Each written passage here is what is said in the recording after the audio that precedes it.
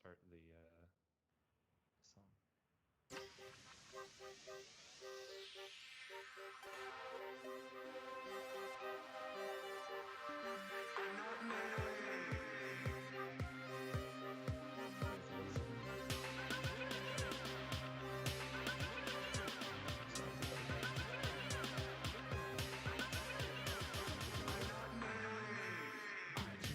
It's all about the recipes. It's a brand new game with brand new mods, new flavors. As you choose slow to savor every new episode of season 4.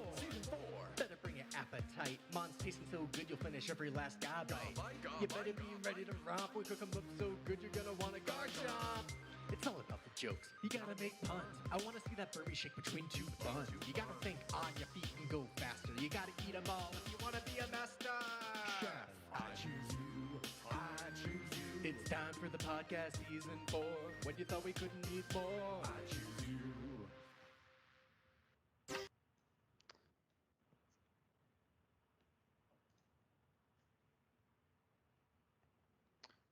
All right. I think we're live. All right. Hello, everybody, and welcome to this very, very special live episode of Croix Boixs, the podcast about cracking open and drinking LaCroix. I am your temporary new host, Evan Aubrey. Whew. Oh, that was a good one. Crisp. Yeah, this one is a Nicola flavor, which I've never tried before. So here's to firsts. Interesting. Very nice. I am your friend on this show, LaCroix ally, Ben Montoya. Cracking open Flying Embers watermelon chili hard seltzer, which I've also never tried. So this is a first time. Wow. Man. And I'm Ian Davis, just being himself tonight. Ooh. He cracks open a classic lime LaCroix, giving this show its namesake. Oh, excellent. Beautiful. Is that what started it all? Was lime LaCroix? Oh yeah. Well, don't worry. I have a lot to say about the lime LaCroix. Well, I'll say this for right now: the watermelon chili Flying Embers. I went and picked up this like variety pack, and it had like spicy like additional flavors to like all these fruity ones. And I was like, that sounds fun. I'm not sensing any chili right off the bat, no spice. And I noticed this last night. I had a guava jalapeno one, which sounds amazing, but I couldn't taste any jalapeno. So like, I don't know what they're trying to do. They're just like spice baiting me into like picking up these beverages that aren't spicy. I had a green chili beer here in Seattle that I will never forget. It was like the most delicious thing I've ever tried. Oh wow! I was not expecting a whole lot from it, but it delivered on all fronts. Spiciness, like hoppiness, was perfect. It was refreshing. I loved it. I wonder. I personally have 4 cans in front of me right now in preparation of making it through the show. I was wondering if you boys had other cans in your lineup, or do we want to just announce them as we crack them? I think we can maybe announce them as we crack, depending on how much we're chugging along here. But I too have a few backup cans. A LaCroix reveal. Yeah, exactly. We should maybe zoom out just a little bit. I know we love to go straight into the drinks. What are we doing here? We should. Where am I?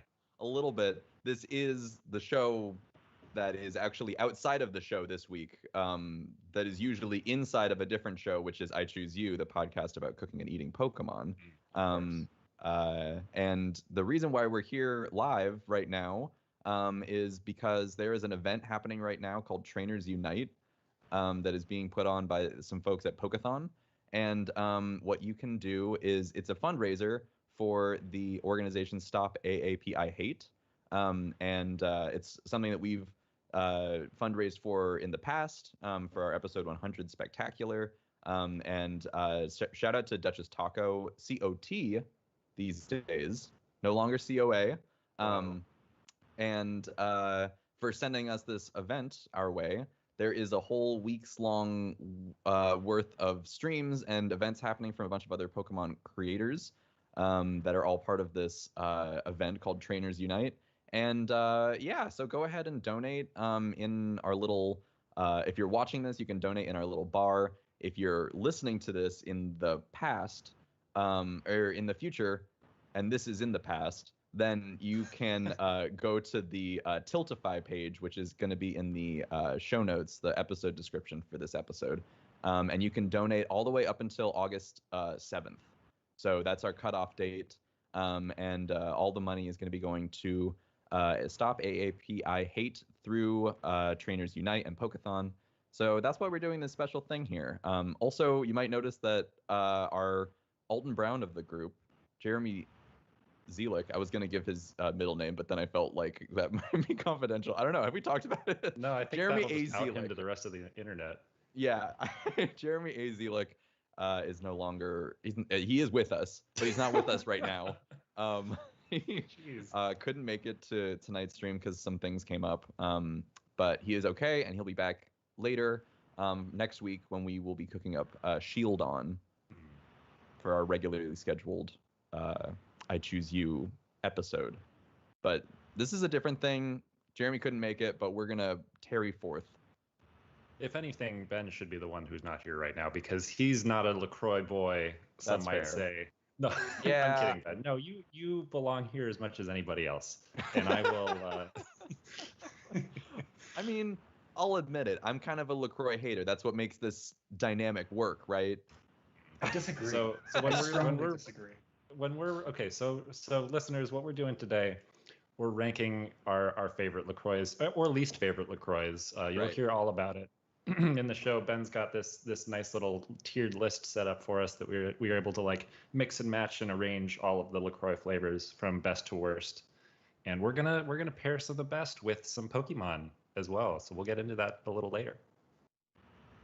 Yeah. So I actually, because I am a little bit LaCroix agnostic, and because our fearless leader Jeremy is missing, I thought I would kind of do a little legwork and bring in some elements of trivia and just knowledge that Jeremy usually brings to the group.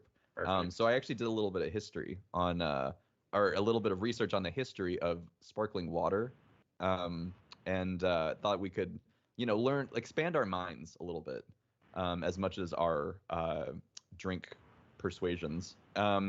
So I just have a few. This is a little pop quiz, you might call it, a little sparkly, bubbly quiz. And it's just a couple of questions long, so bear with me. But if you could guess, I have several, but my first question is, when was sparkling water first created? And think about it for a little bit, because the answer may surprise you. And while you're thinking about it, I'll just say thank you so much, Chef Jill, for donating $10. Woo! Heck yeah. Hell yeah, I'll drink to that. Also, we have $100 in our. I'm don't know if I'm reading this right. Oh shit! Did someone shit! Just Yeah. donate $100, or am I absolutely lying? No, you're not absolutely lying. I just looked at the Tiltify. We have just reached, ladies and gentlemen, we've just reached half of our $200 goal. Holy and crap! we're not even like 10 minutes into this. So thank you so much. And yeah, I thank you. Shall I continue with the answers to this question? Before you do, I am cracking open my second one. Ah, shit! Already? Oh my god! And I'm excited because I went to the store. I was looking around. I found that the local Smiths did have. You can't. It's Polar brand. Mm-hmm. Local to I believe comes out of the great city of Worcester, Massachusetts. That we discussed on the other episode. Exactly, and Yeah. this is orange vanilla. Oh, like a little creamsicle. Delicious. Yeah, so keep going. I'll keep you posted on how this. Thank you, Cupcake Dex, for your donation. Greatly appreciated. Hey. And thank you, of course, to who was the last one there? I think it was Allie, probably.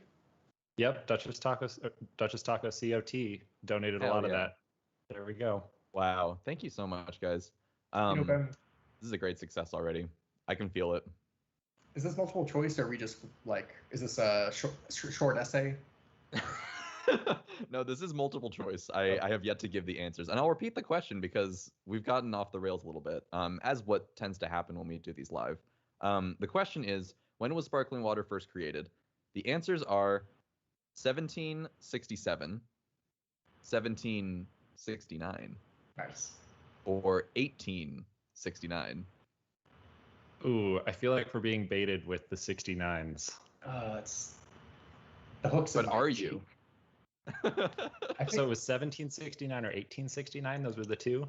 The three possible answers are Right. 1767, 1769, and 1869. I'm going to go 1869. me too. And you'd both be wrong. It's 1767. Oh, You oh son my of a god. It was invented by a guy named Joseph Priestley, which I thought was fun. Very pure. If I could have free responded to that, I would have said, trick question, sparkling water is naturally occurring. Well, so actually, I did see that there's some really interesting. I read this really interesting Medium article that I'll probably link somewhere for people to read afterward because I actually thought it was really interesting. But there was this whole article that someone wrote about the history of different like reoccurring pop culture uses of sparkling water, and part of it originates from these like actually the word seltzer originates from like these mineral like springs and caves in Germany where they would bottle the water, and it was like said to have like medicinal like purposes, like mineral water basically. Yeah. And then that in combination with like the carbonation like process that this Priestley guy came up with, that's seltzer. So Right. yeah. So anyway, a little extra history for you. Another question that I have is this is a 2-answer question, so you don't have to think as hard. Which sparkling water brand is older? Is it Perrier or Schweppes? Ooh, I feel like it's Schweppes. I'm These gonna are say- two like old classic ones. Yeah. I gotta go Perrier. You're saying Perrier and Evan's saying Schweppes. I'm going Schweppes. Evan is correct. Schweppes is the oldest sparkling water company, actually, to like I could mass absolutely see that manufacture. in like old-timey font written on some old glass bottle. Yeah. Yeah, When's the date on that? yeah. So Schweppes was founded or something, started selling mass-produced sparkling water in 1783. So about like 20 years after this Priestley guy had this invention. And Perrier doesn't come around until 1898. Turn of the century. Okay. The Yeah. French, a little late. Yeah, apparently. Classic.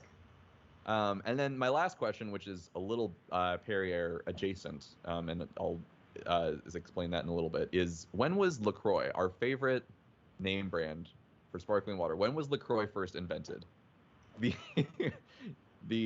Not on the can. You answers- put that down. I don't know if it's on the can. I can't prove that. The possible answers that I have for you are 1969, 1981, or 2006. I'm gonna say 2006. This doesn't seem like the packaging absolutely seems like something I'd pick up in the 80s or 90s, but I think it's a young one. But Evan, do you think Ben is trying to do like the bait and switch with the 69? Like he screwed us over the first question. But this You time think- it's real. Yeah. If you want to go for it, by all means.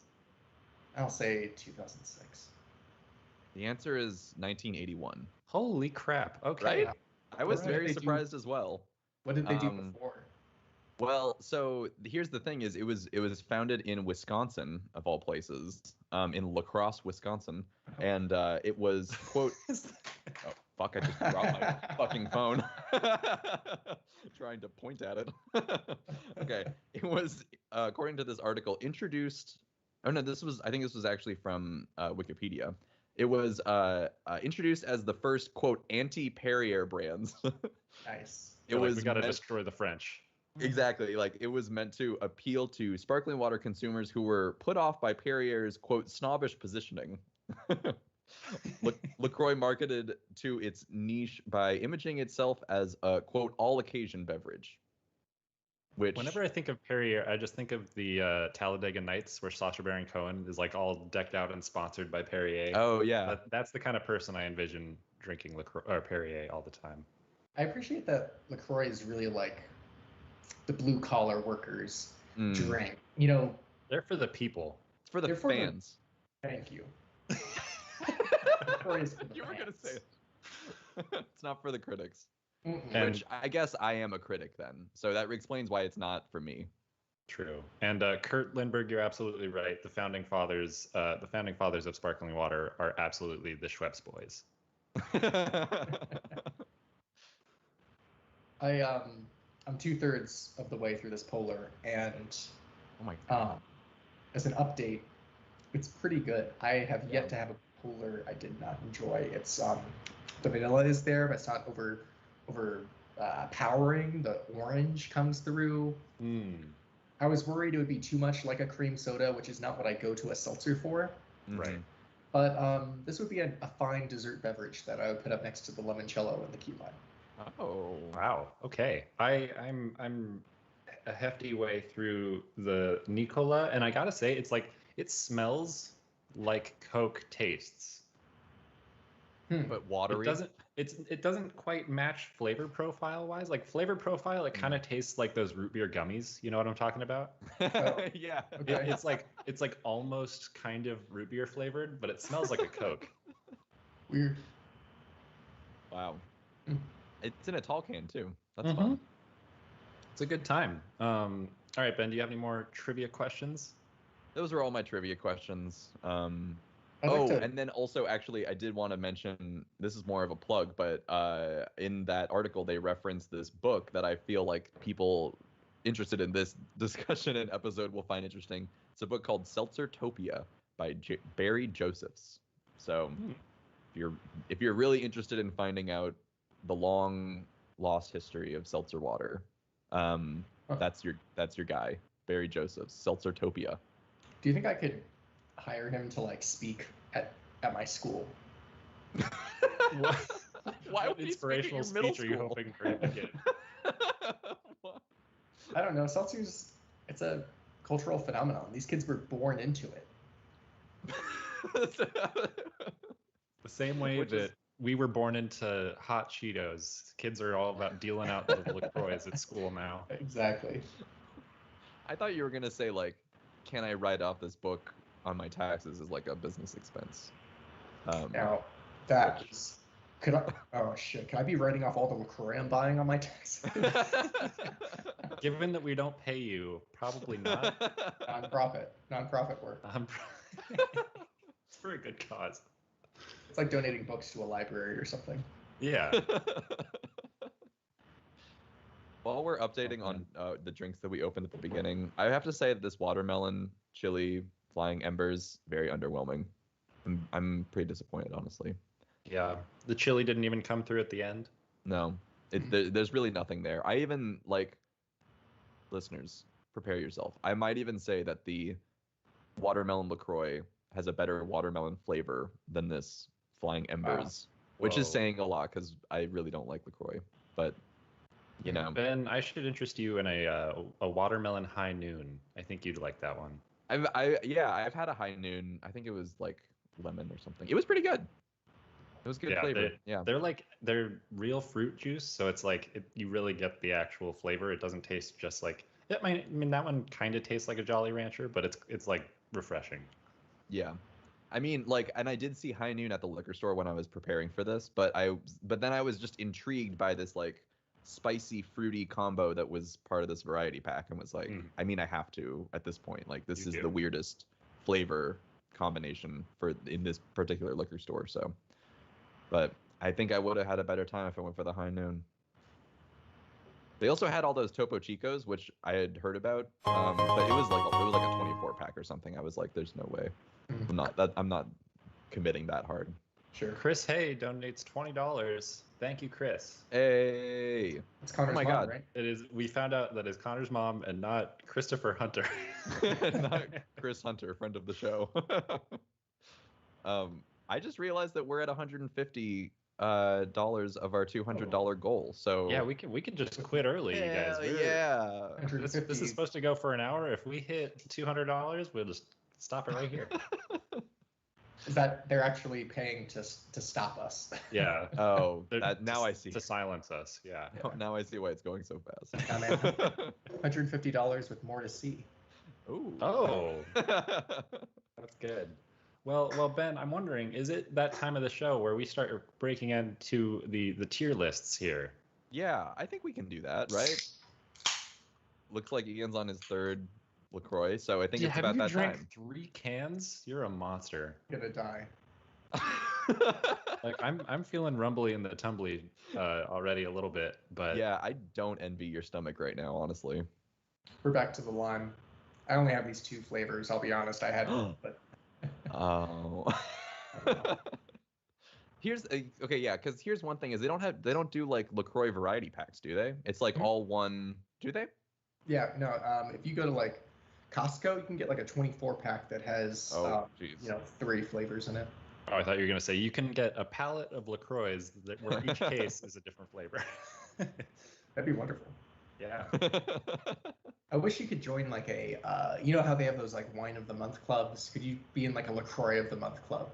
Ooh. Every month they send you a different case to try, like the latest flavor. Well, so maybe we should get that going. Yeah, here's one question: is in accounting for this tier list, did you guys pick up any of the new flavors and try them? So that was the thing. I don't have any of the newest flavors in my store, but I did try the one. I got a few that I haven't tried before. Okay. Oh, here we go. It's coming back to haunt. Nice. So Nicola was great. I don't know how to pronounce it, but that's what I'm going with. I did get a pure. Oh. I got a single pure because the grocery store near me sells LaCroix in single cans, so I got to try like one of each. And you were like, "Can I get this in a brown bag, actually?" Yeah, right. and then in case both of these were awful, I also got a Cherise Limon. Ooh. Oh, nice. In the chat, they're talking about like what are the incentives to get even more donations going. And Kurt Lindbergh did say every $50, Ian drinks 1 more can. How many cans you got there, bud? I got the rest of. I probably have another like 20 cans out there. So do it. I will. Do the math. That's like a couple $1,000s. Here we go. I was kind of like, I was struggling to think about what incentives there would be for people watching, because I was like, is it entertaining to watch people drink LaCroix? But apparently, if you give $50, Ian will drink he'll just slam it right here. I will slam it. And for every new viewer that joins this stream, I will take 1 more sip of my drink.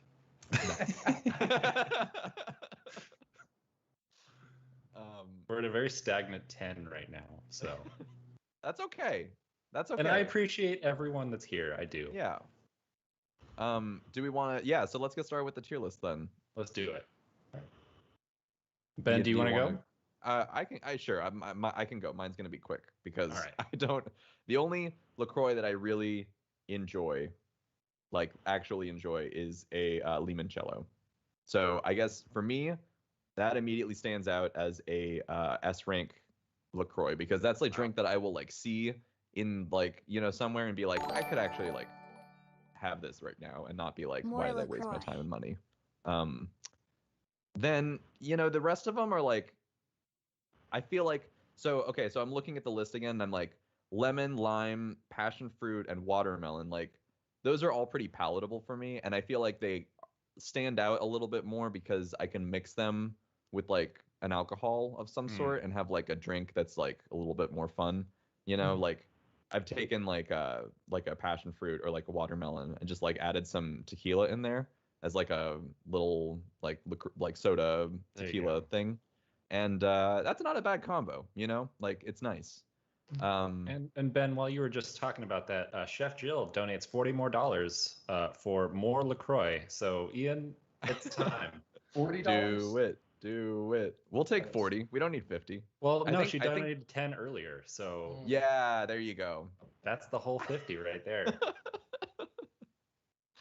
All right. After I finish this one, I don't think this counts. I'll grab the next one. Okay. Sounds good. And then yeah, I mean the rest of them, I just like I either haven't tried because I'm not inspired, or I've tried them and I'm like, meh, like this is not a fun experience. Like hibiscus, orange, tangerine, I've had all those and they're just like, whatever. I guess grapefruit would be the only like leg up on that. So maybe what I'll do is I'll say like limoncello is definitely an S tier. Lemon, lime, passion fruit, and watermelon maybe are like closer into like the B range. And then pamplemousse is a solid C, just because it's like a little bit of a leg up from the rest. And then the rest of them, you know, who needs them? Wow. Fuck them. You're saying the rest of the LaCroix just go straight to the D rank? Yeah, that is what I'm gonna say. Wow.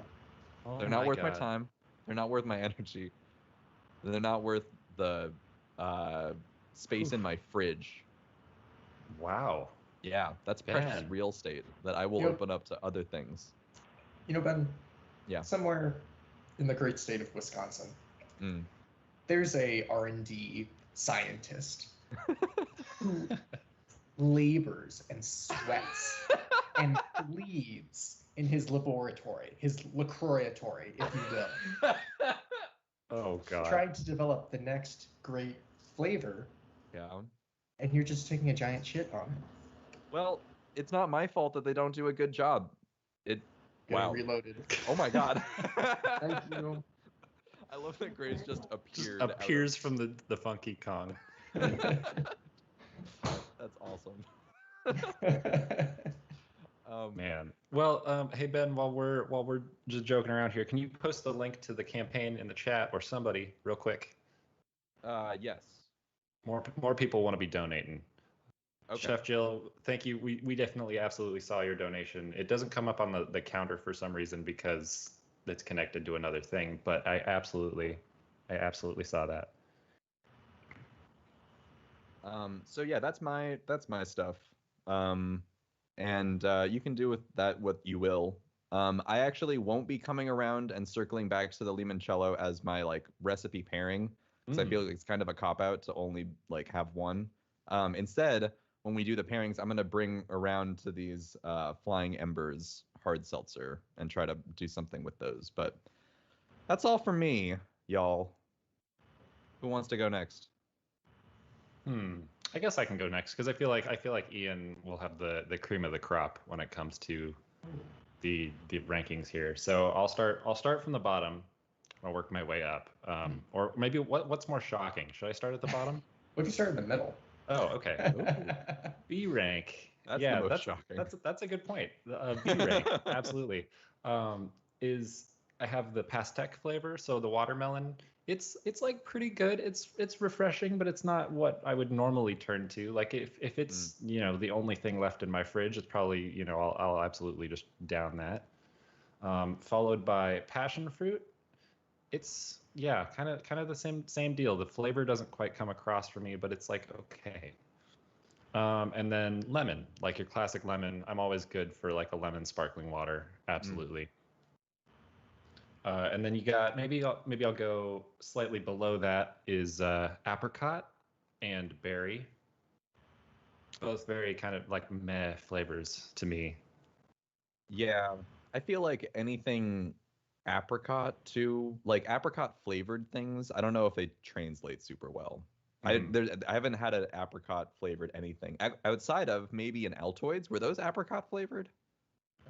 Oh, the like sour ones? I thought those were tangerine. No, those were tangerine. Tangerine. You're right. Never mind. That's the one. I guess I haven't thought about that because I love apricots. I love apricot jam. Oh. I don't know if I've engaged with like you're talking about artificially flavored apricot things. Yeah. I guess a peach ring is sort of like that, but peaches and apricots are like technically different, I guess. Yeah. Very incredibly. Okay. and following so not quite S rank but A rank, my secondary go-tos when S rank is out of my fridge or out of stock at the store. Peach pear, most recently added to that A rank spot. I hadn't had that until recently and it was absolutely delicious. Interesting. Hibiscus, great classic kind of flavor. I know not a lot of people like it because it's like that, it's like sparkling tea. a little bit, but it's still good for me in the summertime. Hmm. Followed by orange, and that's only because Really? the store near me almost never carries tangerine, so they always have orange, and I'm like, I guess this is close enough, so I've like burned it into my taste buds that it's almost the same. Evan, you don't have to settle for less. Sometimes I do. And then mango. Mango is also surprisingly good. Interesting. I haven't tried the mango one. I think I probably missed it, but where do you boys put coconut? So here's where we go. Down to D rank. All the way down to the bottom. Is number one on the D rank list is coconut. I'd much rather eat coconut than drink coconut. Right. So yeah. is your I ask because I am was a picky eater when I was little, and since then I consider myself to be a very not picky eater. But coconut is one of the things I've been slowly, climbing into the coconut. I'm getting there. So I was wondering, is that worth trying, or am I going to be disappointed? Evan, do you like coconut? I like coconut. I'm an Almond Joy guy. I'm a German chocolate cake guy. Not a coconut water fan. So maybe that's where my dislike stems from. I see. Yeah. It just doesn't sound very appealing. No, and you know what else, Ben, doesn't sound very appealing is the rest of my D rank list. So we've got lime at the bottom. It's like, Lime come is at on, the bottom. Lemon takes the top. Lime is down there because I'd rather just drink something else. I'd rather have a lemon than a lime. You'd rather have you mean a lemon LaCroix? I thought you were gonna say you'd rather eat a whole lemon than a lime LaCroix. Yeah, exactly. And then, of course, if lime hits the D rank, key lime is right there with it. Oh, wow. I couldn't do it. It was like a little too sugary for me. What? I think I'm blowing Ian's mind right now. Ian is about to fight. And then also, just to hate on all the flavors you love, limoncello also at the D list. I think key lime and limoncello are too similar of a flavor to have their own cans. What? Yeah. maybe my tongue just can't comprehend the difference, but interesting. I disagree. I feel like limoncello. Well, I guess it depends on what. Ian's so upset. I guess it just depends on what you're trying to get out of that experience. True. I feel like I gravitate toward the limoncello because it has the most flavor and it tastes like soda to me. So it just tastes, it's like too sugary, even though I know there's no sugar in there. I'm like, what am I drinking here? Is there aspartame in this? Like, I don't know. And for my top three here, I feel like we need to go into a special little setting. Top three. Welcome to the bar. Oh, ladies and gents. No. I don't know if this is actually gonna. Are you? Did you go to together mode? I did. It's not gonna show up. It's though. not showing up. Okay. Oh, damn it. Okay, well, Skype has a together mode, and imagine, if you will, close your eyes, listeners, and imagine the three of us sitting at a bar with our top halves very badly cut out, like on a piece of paper. And so for my top list here, we have, gotta open the tab. We have pamplemousse. That's one of my go-tos almost all the time. I love grapefruit. I love pamplemousse. That was delicious. Followed swiftly by raz cranberry. Really? Oh yeah. Oh yeah, Ben. Oh yeah. And of course, my number one favorite, tangerine. Huh. I've never had. Yeah, I absolutely love tangerine. And the only flavor, I mean, I've left off a couple of flavors from the list, but the only one that I haven't put into ranking was pure. But I have it with me here today. Okay. Yes. So we're about to see where this stacks up. Yes. Hey. Yeah. Can I get it? I get a crack in the chat. Yeah, I was gonna say something like that. I didn't really. A crack in the chat doesn't sound like a good thing, though. F for respects. Gotta take a few sips. So okay. I've taken a first sip. I've taken a second sip. I've contemplated. Okay. This is definitely an A rank for me. Like I love some flavor, but like so the flavored ones are absolutely going to be in my top S rank here. But pure definitely comes in. It's not boring. Like it keeps me on my toes. It keeps you on your toes. What does that mean? I feel like I've finally ascended. Like this show, all of I Choose You can end, and I would be a happy man because I've had pure LaCroix on the show. Do you feel like you're ready to embrace like muscle tank, spotted do-rag, wraparound sunglasses look moving forward now that you've tasted your pure LaCroix?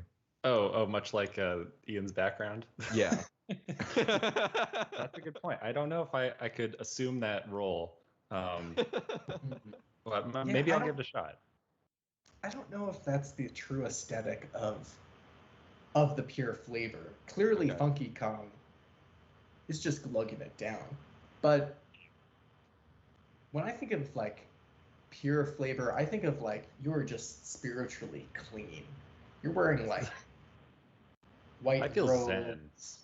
Yeah, you are like just transcend. You have to remind yourself to wear clothes because you have just like lost the need or the sense of like shame of your body. You have no need for material possession. Like someone's like, oh, hey, like, can you spare some change? And you just like take off your pants and you're like, here, you can have these. Okay. Yeah, I'm gonna just politely, gently sip on this the rest of the show. Wow. Politely, with your pinky up. Oh, absolutely. Yeah. When in doubt, pinky out. Well, I think I am. Before we transition to Ian's tier list, I am ready to open my second can, which is pineapple cayenne. So, if anything if I've learned anything from these flying embers, it's not going to be very spicy. It's probably going to be mainly pineapple. Oh, and Helen says that I have good tastes, putting ras cranberry into my top tier. So I think I appreciate that. Kurt asks, when will they make caffeinated and alcoholic LaCroix? For LaCroix? I hope never, because I think pure and innocent is really LaCroix's MO. True. So. Oh, this is bad. Oh, Ben's not having a good time with whatever that is. What flavor was that? Pineapple cayenne. Oh, yeah. Is it spicy? I can feel like a little bite, like on the end. It kind of, I mean, it's actually the spiciness is a little bit there, and it's kind of nice because it also like blends in with like the carbonated, like kind of astringency. You know what I mean?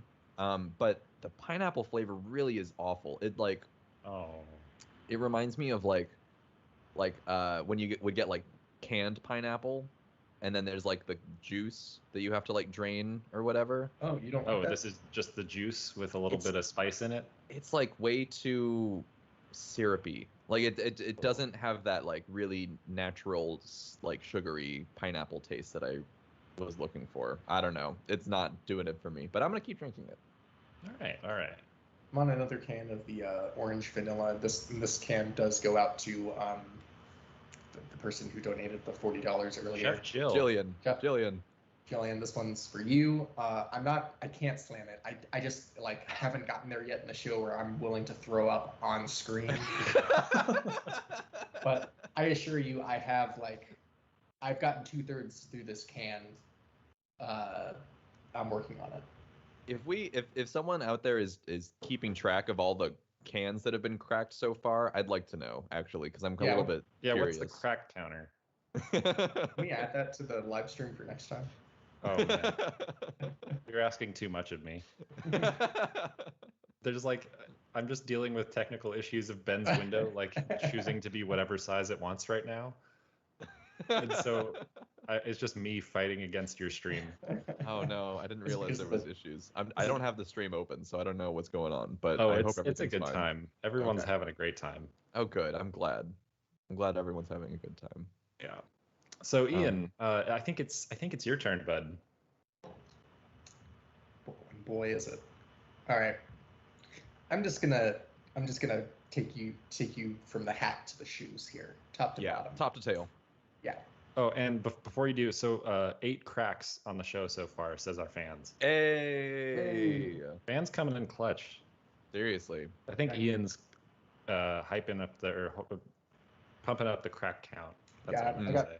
I am at half of that, so step it up. All right. At the top, S tier. What really makes a drink a LaCroix S tier for me is, can I drink this at literally any time? Like, I'm in the middle of teaching and like a kid's like, hey, like Mr. Davis, you're not you when you're thirsty, drink this. And they like throw the can, I catch it in the air, really cool. And I crack it open, I take a sip, right? Or it's the middle of the night and then like I get woken up and there's someone like sitting on my chest. They're like, quick, drink this. Like, and you just immediately sit up and you shotgun it. Exactly. That's what I'm saying. And like there is no occasion, no time of day, nothing that would stop me from enjoying this beverage. In my S tier rank, from bottom to top. Lemon. Tangerine. Ooh. Pure. Lime. Wow. All right. Citrus oriented. They are kind of the classic flavors. That's true. You can't go wrong. It's a good point. That's what I was kind of expecting. And I know, for what it's worth, Jeremy, I remember when we were talking about this in the group chat, said lime is obviously an S tier. So I'll just say that for him since he isn't here right now. Yeah. Thank you. A rank. Funny enough, ends up being the 2 dessert flavors, key lime and limoncello. Really? Wow. Interesting. I know, and it really blew my mind, Evan, that you and I like just have such a caring relationship, and yet you're so goddamn wrong. Opposite ends of the spectrum, man. You're surprised that you have a caring relationship with someone who you disagree with. Okay. Yeah, listeners, this is where Ian and I part ways for the rest of our lives. Yeah. But still have to do this show. Yeah. It's like a family feud where we only see each other at Thanksgiving, and yeah. Here's the thing, like, they're different. They're so different. Different beverages. No, it's okay. I respect what you're laying down here, but they are second tier for me because I wouldn't have one any time of day. They're kind of a treat. Like, oh, like Ian's been a good little boy. Like, they're gonna get like a can of this. You know, it's what Santa puts in the stocking. You know what I mean? Sure. B tier. This is like, you know, I go to someone's house, they offer me a LaCroix. I'm not gonna say no, but I wouldn't like spend my money on it. Okay. Berry. Peach berry. Orange. Interesting. Yeah. I don't love the orange. I don't know, like. Yeah, I don't like it either. I don't know if it's like an aesthetic thing, like a tangerine is just cooler than an orange. But I don't go to like a sparkling water to taste orange. Why don't they have a Tangelo flavor? Now you're fucking asking the big questions. Wait, so why you don't go to a sparkling water to taste orange? What do you go to, like, where are you going to taste orange? What do you want from me? Orange juice. Like orange juice, Fanta. Ooh, okay. See, that's the thing is I feel like an adult because I can get my Fanta kicks without drinking Fanta and instead drinking a tangerine LaCroix. I see where you're coming from. I guess for me, like, I don't want my orange. If I'm gonna drink orange, I want to get like just punched in the face with it. Because when I drink an orange LaCroix, it does make me think I'm drinking like, oh, I gotta really make this orange juice last. I pour half a glass and I fill it up with water. Like, I don't like watery orange juice. No. Okay. I don't know if you guys did that as a kid or your parents made you do that as a kid. I hope not. They're like, this is too sugary. You got to cut it down. No, for real. Like, that's just a little glimpse into my childhood. Oh no, I'm so sorry. Also, just to make the thing last longer. I don't know. Yeah. But so that's my B tier. My C tier and this is where Evan and I really part ways. Pamplemousse, passion fruit, and cran raspberry. Oof. Wow. My guy. I know. These sit there because they're just, I find they're too perfumey. They do give off, I like the scent, but okay. All right. I don't even mean the scent, but like it just tastes like a perfume smells. Oh, so you're walking through a department store and you imagine the barrage of perfumes to taste like LaCroix. Exactly. Like I'm walking through and someone's like, "Oh, would you like to try this scent?" And I turn and my tongue is out and they accidentally spray me in the tongue and I go, no, and I turn around and someone else gets me and I turn around again and it's like, yeah. Nice. I mean, I think there's a valid point to that, where the flavors start to become like overly essentialized. You know what I mean? Like they just like a little the essence is too much. Yeah, but for the passion fruit, I actually really do like that because it is nice in a like mixed drink capacity. That's fair. If you're mixing it with stuff, that absolutely you need something a little bit more to come through, so it's not just like water with vodka or whatever.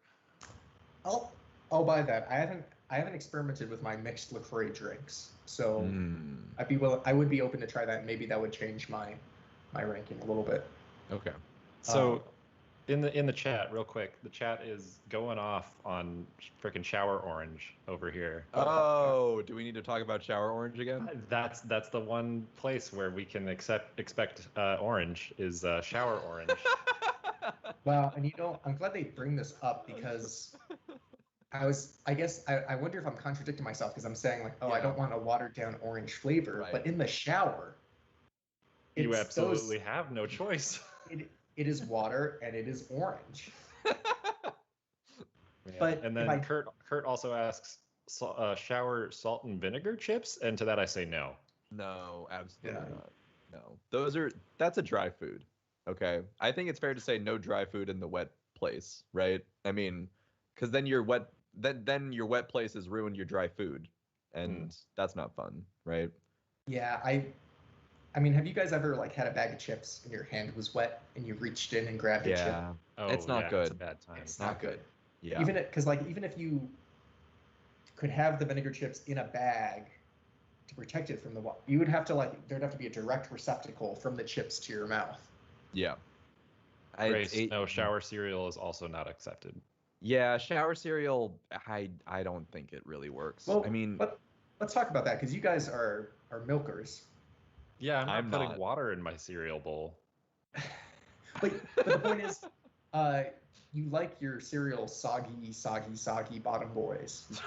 I mean, if you mean that I like cereal with milk in it as opposed to dry ass cereal, as opposed to trail mix, yeah. You don't like trail mix? I love trail mix, but I also love my cereal. There's a time and a place for both, Ian. And neither of them are the shower. Yeah, I think it's agreed that neither of them are in the shower.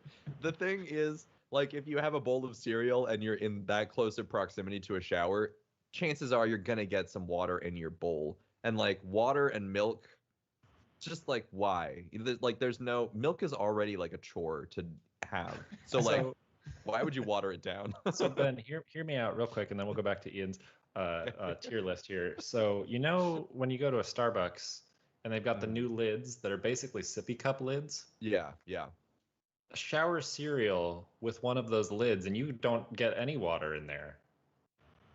But that's true. But then you don't get I'm imagining it's hard to get chunks out of that. You got to get it. I mean, a decent sized opening. But what I'm saying is it's possible. Right.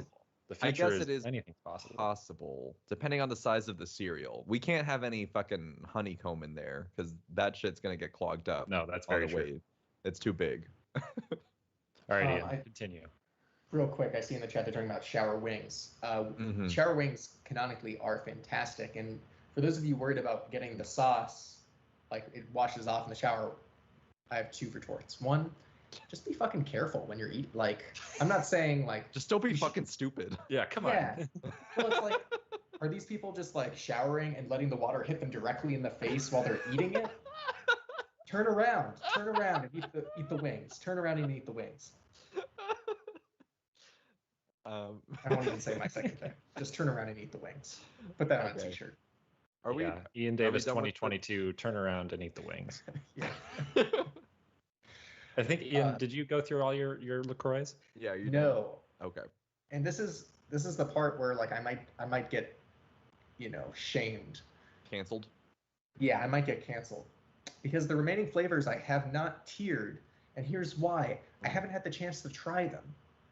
Oh, Ian. Yeah, you're getting canceled for that. I think it's better you don't tier them as opposed to like false tiering. Oh. And that's where I'm at. You can't judge a can by its cover. Oh, so I absolutely can. Apricot, coconut, watermelon, hibiscus, and mango. Just haven't, and I don't think it's even like I haven't like sought it out. It's just they're hard to find near where I'm at. Yeah. I do see the coconut, but for the reasons previously discussed, I haven't picked it up yet. Oh man, guys, this pineapple one is really bad. No one's making you drink it, except if we get $50 more to reach our $200 goal, Ben will. If someone donates $50 right now, I will finish the rest of this pineapple, whatever, flying embers. And I'll drink another can. It's really I will crack. I have one more Cherise Limon can here, and that's the best way to finish the show, I think. Yeah, well, let's not get too ahead of ourselves, because even though we have been streaming for almost an hour, we haven't talked about Pokemon yet. Right. So should we get into some Pokemon pairings? Yeah, so are we doing our topmost S tier? Yes. So everything in that S tier is what's going to be paired, except for me, because my S tier is different from y'all. So I guess I can start. What I'm going to do is I am going to pair it with these Flying Embers, very underwhelming hard seltzers. And I have a few things that I want to discuss. It doesn't really change after I have tried this, because, I mean, like either way, in all of these, the guava, the watermelon, and the pineapple, like the main fruit flavors are really present. So I feel like either way, like they're a good like pairing with these dishes that I prepared. So with this pineapple one that I'm drinking right now, something that I actually think that would pair really well with it and probably make the experience of drinking this go by a lot better is with a Clauncher Camarón burrito. Camarón is like a shrimp, Mexican style shrimp burrito, and that's what I'm thinking will go really well with this, because you got that tropical like refreshment on the lips, and then you get like a good like kind of shrimpy, refreshing, seafoody kind of taste in your burrito, which actually sounds really good right now. I'm kind of Ben, you are by the sea. You could absolutely just pick one of those up. Well, so here's the thing: is that it's something that I do pick up probably a little bit too often than I should. Because there's a taco shop that's pretty close, and their Camarón burritos always très magnifique, as always they slap. Always slap, yeah. And so for those, basically what you do is you make some like Spanish rice, traditionally, and then you cook some shrimp with a bunch of garlic, and then you stir together like this kind of like mayonnaise chipotle kind of like combo. So it has like a spicy but also kind of creamy like consistency to it. And then you just lay out your burrito with some cheese and some that Spanish rice and the chipotle sauce with the shrimp. And yeah, it's like you just like wrap it all up, and it's one of those huge like honkin' like foot-long burritos that you're just like, you can't even finish all of it. It's just like you're gonna have to save some for later. My next pairing is with the watermelon chili Flying Embers. Excuse me. And for this one, I was thinking like there's a lot of like watermelon is like a classic like summertime like flavor, I think. Yeah. And I was seeing earlier some people, like there was a TikTok trend about people eating like a slice of watermelon with like a shit ton of mustard right on top of it. No. Yeah. But people, I haven't tried it yet. So this is according to the internet, but people apparently say that this watermelon mustard combo is like the shit. So, what I was thinking, yes, What kind of mustard?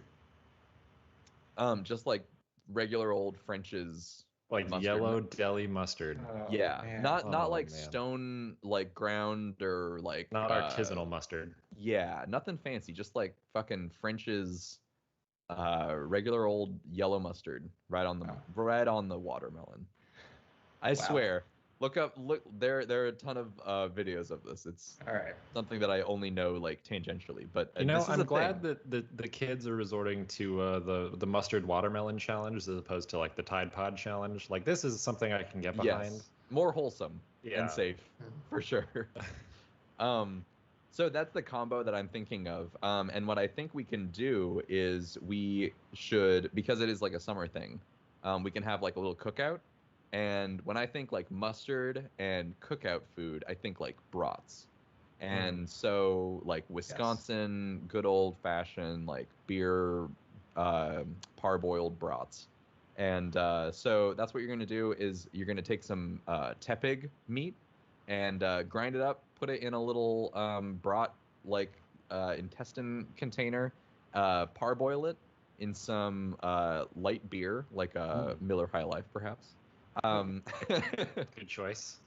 And then after it's done parboiling, get it on the grill. And then I think we can. It's a pretty basic like mustard, but I think the thing that's really gonna like push it over and like pair really well with this specific like watermelon drink is to incorporate some like gloom, like bitterness. So you're gonna take that's gonna be kind of like the mustardy taste is gonna come from that gloom, like aromatic scent, kind of a little funky. So yeah, you're gonna put that right on your brat with some sauerkraut. You're golden. Real quick, thank you Benedict Cumberpatch for donating $6.92 for Cloncher 692 and getting Ian closer to Ian drinking a can. Yes. So okay, yeah. So pineapple seltzer with the Cameroon burrito, the Cloncher Cameroon burrito, watermelon chili with the tepig brat and gloom mustard, and then the last one is the guava jalapeno can, which apparently guava is a great pairing with ginger. But I wanted to kind of keep it in this like sort of like summertime like cookout kind of vibe, and I found a good recipe for a ginger burger that you can make at home. So you're gonna take like really like primo like grass-fed milk tank dairy burger ground beef and mix it in with some scallions, some fresh ginger, soy sauce, sesame oil, garlic, salt, and pepper, and that's what's gonna be your like little your patty. Just throw that on the grill, serve it up on a nice bun with some lettuce and tomatoes. And Heinz 57. Heinz 57. Maybe, possibly. And then drink your guava jalapeno flying embers hard seltzer, which is a little underwhelming, but it's probably pretty good with some food. Yeah, make the food will overpower. You'll be fine. Sometimes when you order like a drink that you're not super psyched on, but you order it with food, like it kind of like those two experiences like happen simultaneously, and you're like, okay, this is like the weak parts of each one of these individually is like being supported by the other one. So right. Yeah, that's what I got. Nice. I will say, so I only came up with a single recipe for one of my S-tiered ones, and I thought this was kind of fun. So we're gonna make with specifically Raz cranberry. We're going to be pairing that with a Jigglypuff Jello salad. Oh, wow! So interesting. Yeah, Jigglypuff is basically just a big bowl of jelly, if you think about it. So what you're gonna do, you're scooping out the Jello is in fact inside the Jigglypuff. So you're slicing it right in half, scooping it out. And you're going to be adding in a pound of strawberries to that. So you're just going to mix that up a little bit. So maybe I should clarify that it's not set Jello when it's inside the Jigglypuff, because then you're just going to end up with like mushy, no good Jello product, but here, yeah, you've got your liquid gelatin going on. You dump in some strawberries in there, and then let that kind of set for a bit. And once that is set, you put on top some Cool Whip, slightly thawed Cool Whip, and you put that in the fridge and let it all like kind of seal together. And this one is one that I like originally was not a huge fan of, like Jello salad, especially with like there's been, you know, apples and other things in Jello salads before, and I'm like, these things feel like they shouldn't go together. Yeah. But like it slowly started to grow on me. It does seem like a nice like party food to have. Yeah. And yeah. Sorry, I didn't raise my hand. Do you feel like Jello-based foods are coming back around? Jello-based foods? Like what else is Jello-based besides Jello? Well, like Jello salad. Oh. You know, those like classic like 50s things. Do you think that's like getting revamped? I don't know if it's getting revamped. Like I haven't seen any campaigns for Jello related things in the social sphere. I see. Yeah, it's one of those things that is absolutely like a Midwest dish that someone has made for me at Thanksgiving that I just like. That's the only time I would ever eat it, I think. I see. Okay. Yeah. Yeah, my mom's side of the family is from the Midwest, and I remember going there for various stuff and having Jello salad with like mushrooms and not mushrooms. Oh my God, marshmallows. Excuse you. Yeah, marshmallows I've seen. Marshmallows and like the Jello was like or like pistachios and like nuts and stuff. And then the Jello was like lime or something. So it had like kind of like pistachio ice cream kind of vibe to it. Yeah, I don't know if it's making a comeback. I haven't seen a resurgence, at least in my like. No, I think we are the resurgence. As Connor says, the only places I've seen Jello recently are in a couple different episodes of I Choose You. You're absolutely right. Okay. We are the resurgence. We're on the bleeding edge of Jello technology. Ian, what do you have for us? What do you got? Sure. So for lemon, wanted to pair.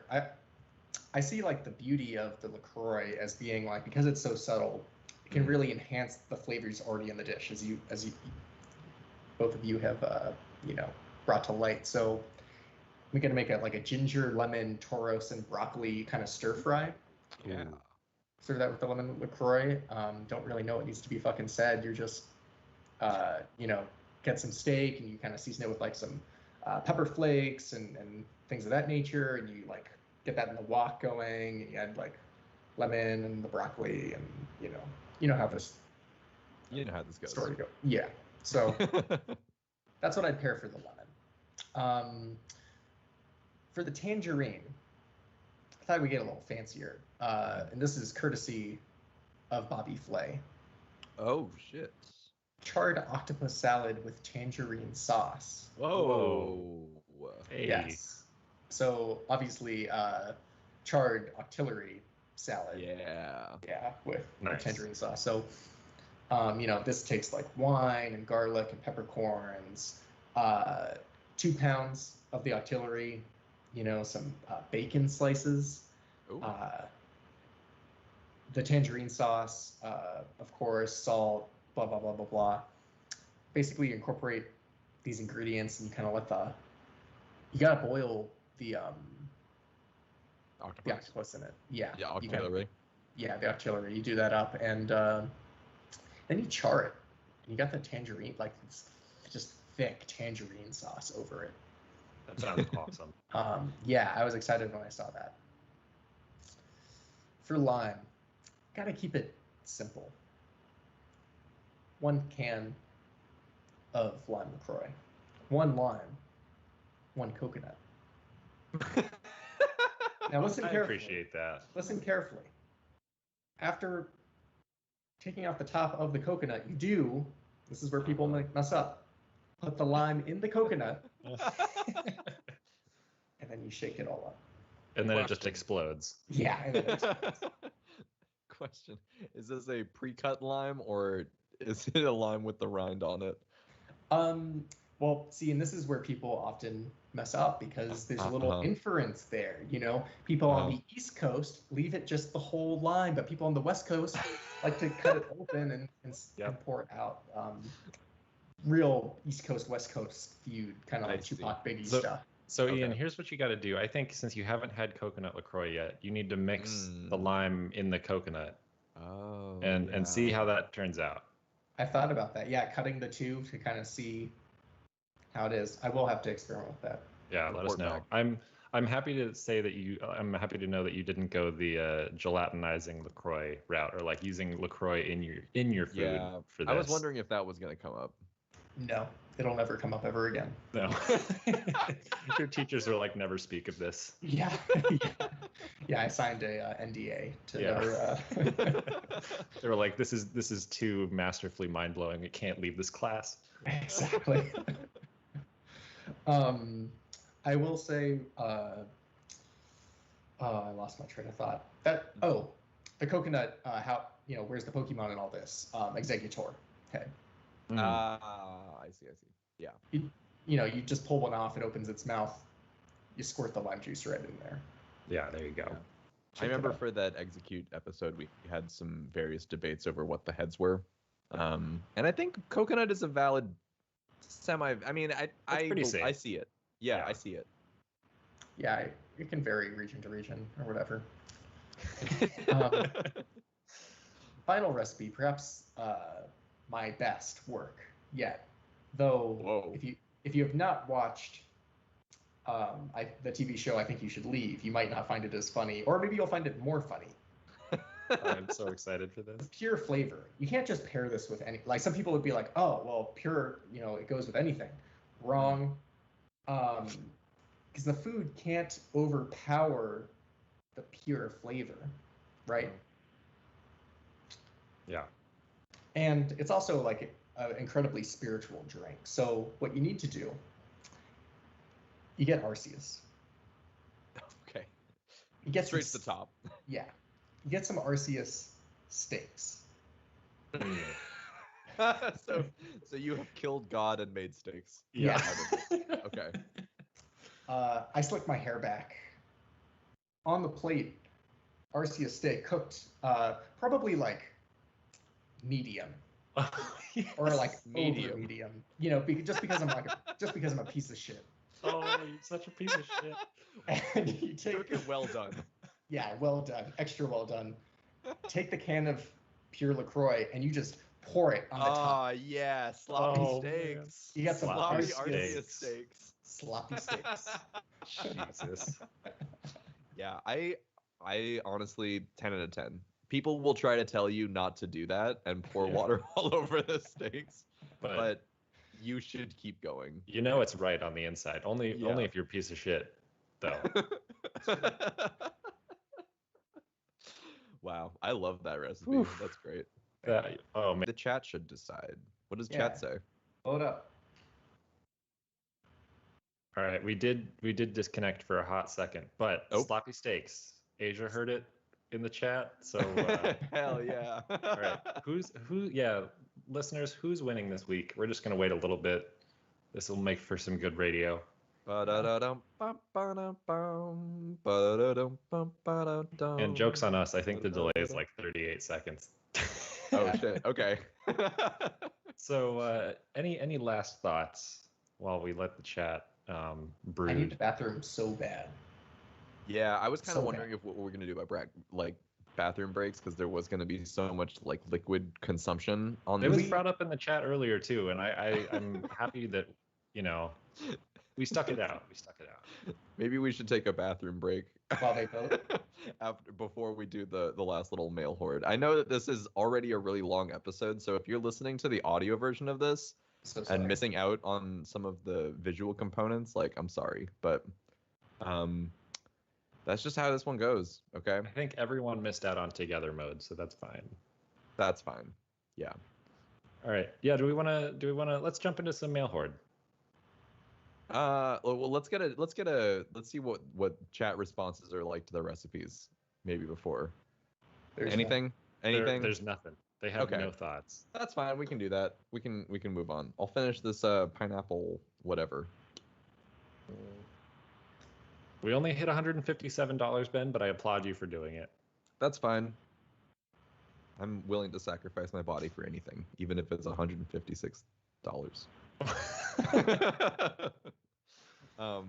So I have this. So we started a Discord this week, which if you haven't already joined, go ahead and fucking join. It's a lot of fun. Chef Jillian, who added to our donations just now, is made some custom emotes. Helen and Duchess Taco COT, excuse me, are moderators, and it's a lot of fun. People are talking about all sorts of stuff, sharing pictures of their cheesecakes and talking about anime and fucking all sorts of cool stuff. So talking about Pokemon Unite, which is a new thing. So join our Discord. But Duchess Taco COT let us know on our Discord that we had forgotten one of their recipes for Stunky. So I wanted to share that since we kind of already went over that and we're not doing a Shield on Mail Horde yet. So there's that. They start. I thought I'd submitted a roadkill recipe for Stunky, but I totally forgot to do it. So making up for lost time, at iChoosePod, which is where you can follow all of us on social media.